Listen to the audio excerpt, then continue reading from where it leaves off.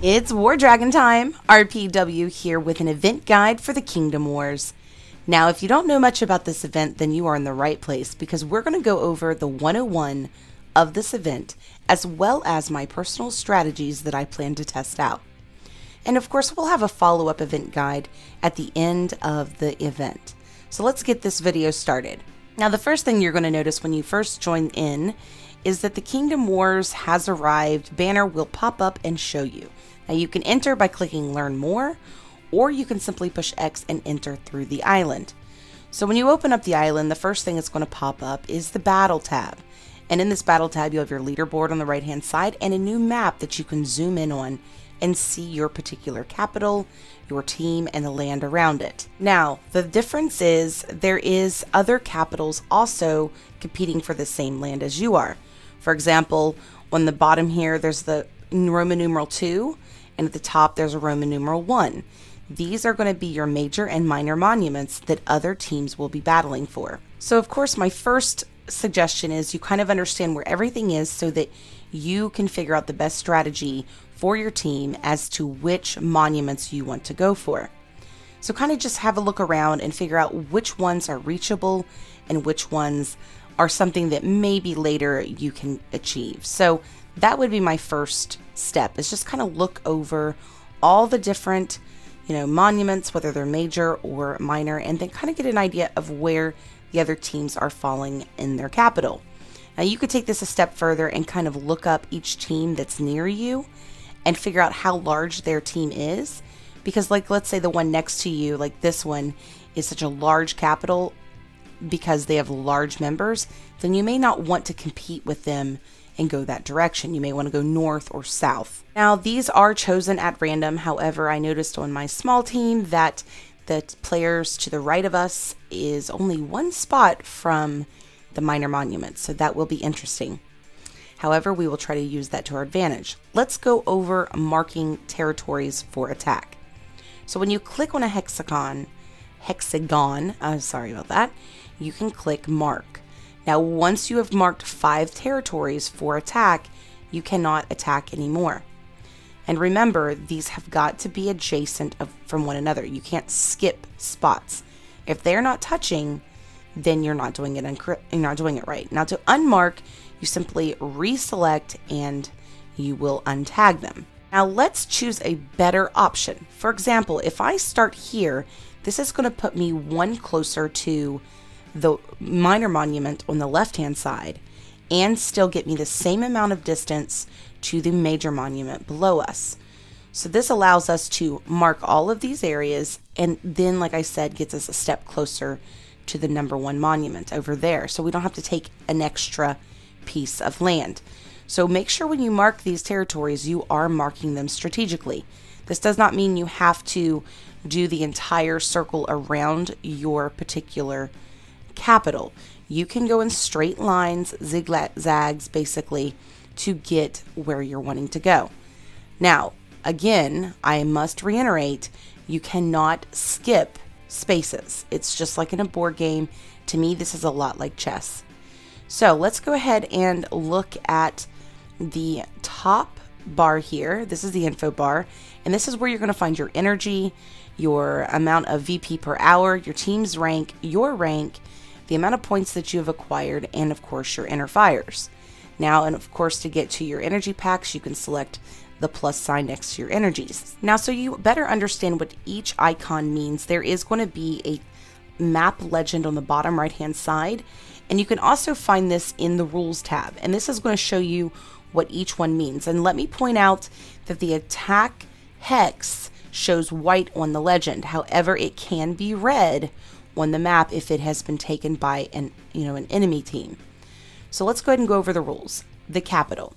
Each team is going to start with their own capital, and these cannot be conquered by opposing teams, but these will be, chosen randomly.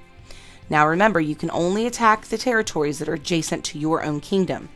And if a territory has been separated from your kingdom, you will not be able to attack territories within it until it has been reconnected to your kingdom. So if you'll notice here in this first image, all this green would be our particular kingdom because we took over all this land. and all the red around it would be an adjacent team or an enemy team. Now we can take anything that touches that green. Now if you'll look up here, for example, again, attackable territories, red and white are the same. Just remember there's a dot in the center, it means you can attack. Now here at the bottom in this picture, you're going to see that there is 2 red X's. Now this means they have taken those 2 spots from our kingdom, which prevents us from having our 2 spaces together.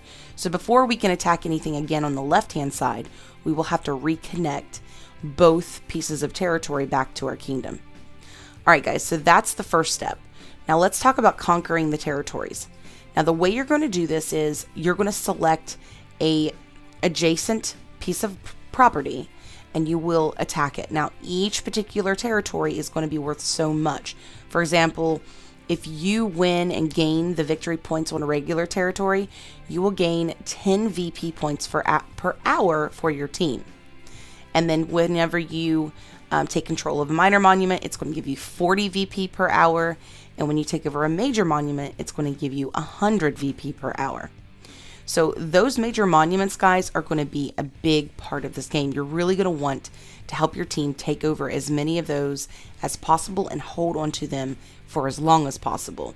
A lot of people don't understand, especially newer players, don't understand the importance of holding a specific territory for a certain amount of time, and then they kind of just go off random. So let's kind of talk about strategy so that everyone understands what your team's strategy is, and that way you know how to best explain it to your team.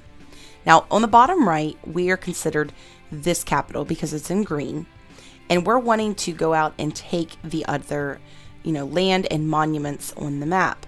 For example, we'll go ahead and take this over to gray so we can kind of look at our minor monuments. For example, this one right here within Roman numeral 1, and the one on the left is a minor monument. Now, when it comes to these, they're not worth as much.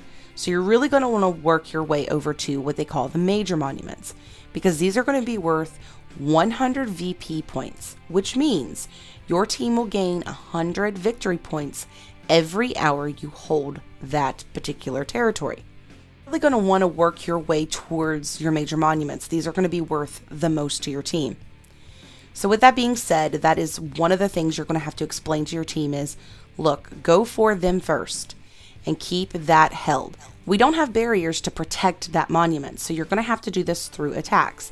If you notice the green all around this particular monument, this is green because you have taken all this land around it, creating a nice large buffer space between your monument and the opposing teams. This is going to make it more challenging for the opposing teams to come in and take your monument, which means you're going to hold it even longer. Now granted, you will have many teams coming in for that monument, so you're going to have to fight back and take back that as they come.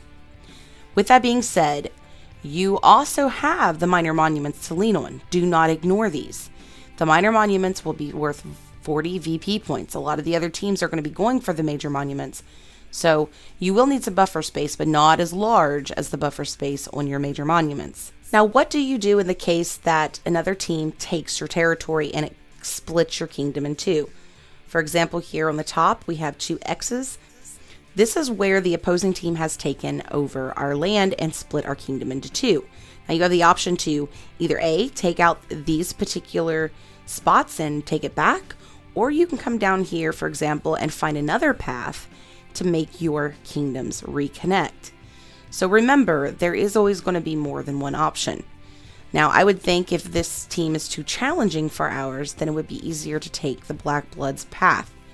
With that being said, if I was in this particular team and I was their leader, I would more than likely want to target the more, less challenging positions. So this is what I would personally target to get mine back and completely ignore that above.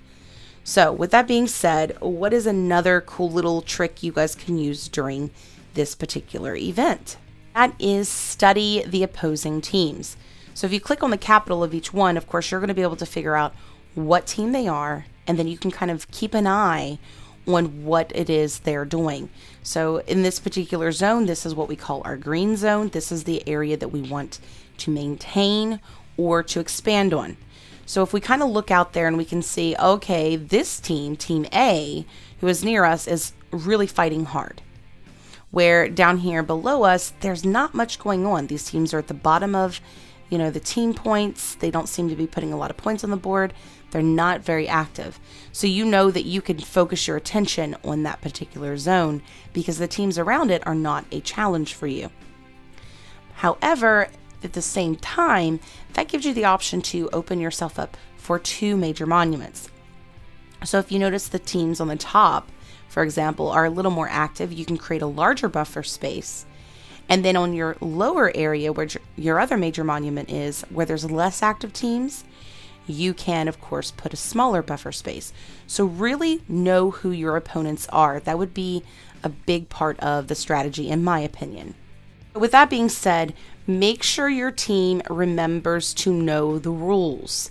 If your team doesn't understand the concept of this particular event or doesn't know the rules, then they may be a little bit challenged. So, remind everyone to go in and read the rules that we just went through in the beginning of this video. Because a lot of people may not understand that they can't attack the other team's capitals, or they may not understand that the major monuments are worth more than the minor, and so forth. So that's something that I would definitely suggest that you send out an email on, and then maybe do a brief overview of what your team action is if your team needs that. Another thing you could do, of course, is send them over here to YouTube.